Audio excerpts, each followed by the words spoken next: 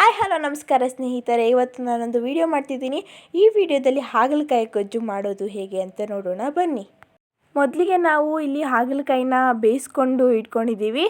ಅದಕ್ಕೆ ಮಸಾಲ ರುಬ್ಕೋಬೇಕಾಗಿರೋದ್ರಿಂದ ಒಂದು ಜಾರಿಗೆ ತೆಂಗಿನಕಾಯಿ ತುರಿ ಹಾಕ್ಕೊಂಡು, ಜೊತೆ ಕೊತ್ತಂಬರಿ ಸೊಪ್ಪು, ಈರುಳ್ಳಿ, ಹುಣಸೆಹಣ್ಣು ಮತ್ತು ಸ್ವಲ್ಪ ನೀರು ಹಾಕ್ಕೊಂಡು ಈಗ ಗ್ರೈಂಡ್ ಮಾಡ್ಕೊತಾ ಇದ್ದೀನಿ.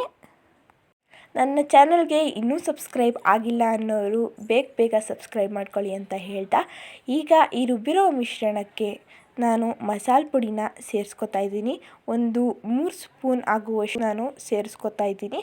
ಈಗ ಇದಕ್ಕೆ 1 ಸ್ಪೂನ್ ಆಗುವಷ್ಟು ಖಾರದ ಪುಡಿನ ಹಾಕಿ ಮತ್ತೆ ಗ್ರೈಂಡ್ ಮಾಡ್ಕೊತಾ ಇದ್ದೀನಿ. ಈಗ ಮಸಾಲ ರೆಡಿಯಾಗಿದೆ.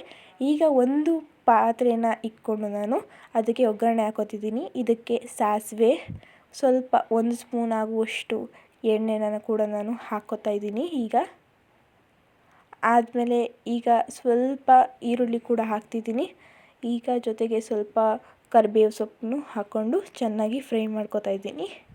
ಫ್ರೈ ಮಾಡ್ಕೊಳ್ತಾ ನಾವು ರುಬ್ಕೊಂಡಿದ್ದಂತಹ ಮಸಾಲೆನ ಕೂಡ ಸೇರಿಸ್ಕೊತಾ ಇದ್ದೀನಿ. ಇದರೊಳಗೆ ನೀಟಾಗಿ ಸೇರಿಸ್ಕೊಂಡು ಸ್ವಲ್ಪ ನೀರು ಕೂಡ ಆ್ಯಡ್ ಮಾಡಿಕೊಂಡು ನಾನು ಈಗ ಸಾಂಬಾರು ಹದಕ್ಕೆ, ಅಂದರೆ ಗೊಜ್ಜಿನ ಹದಕ್ಕೆ ಕಲಿಸ್ಕೊಂಡು ರುಚಿಗೆ ತಕ್ಕಷ್ಟು ಉಪ್ಪನ್ನ ಕೂಡ ಹಾಕ್ಕೊಂಡು ಚೆನ್ನಾಗಿ ಮಿಕ್ಸ್ ಮಾಡ್ಕೊತಾ ಇದ್ದೀನಿ.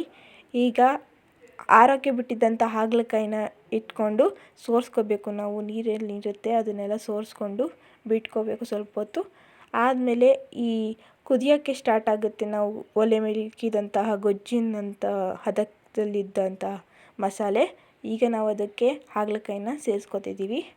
ಈ ಹಾಗಲಕಾಯಿ ಚೆನ್ನಾಗಿ ಬೇಯೋ ತನಕ ನಾವು ಅದರೊಳಗೆ ಬಿಡಬೇಕು. ಈಗ ಚೆನ್ನಾಗಿ ಮಿಕ್ಸ್ ಮಾಡೋದ್ರಿಂದ ಅದು ಚೆನ್ನಾಗಿ ಬೇಯುತ್ತೆ.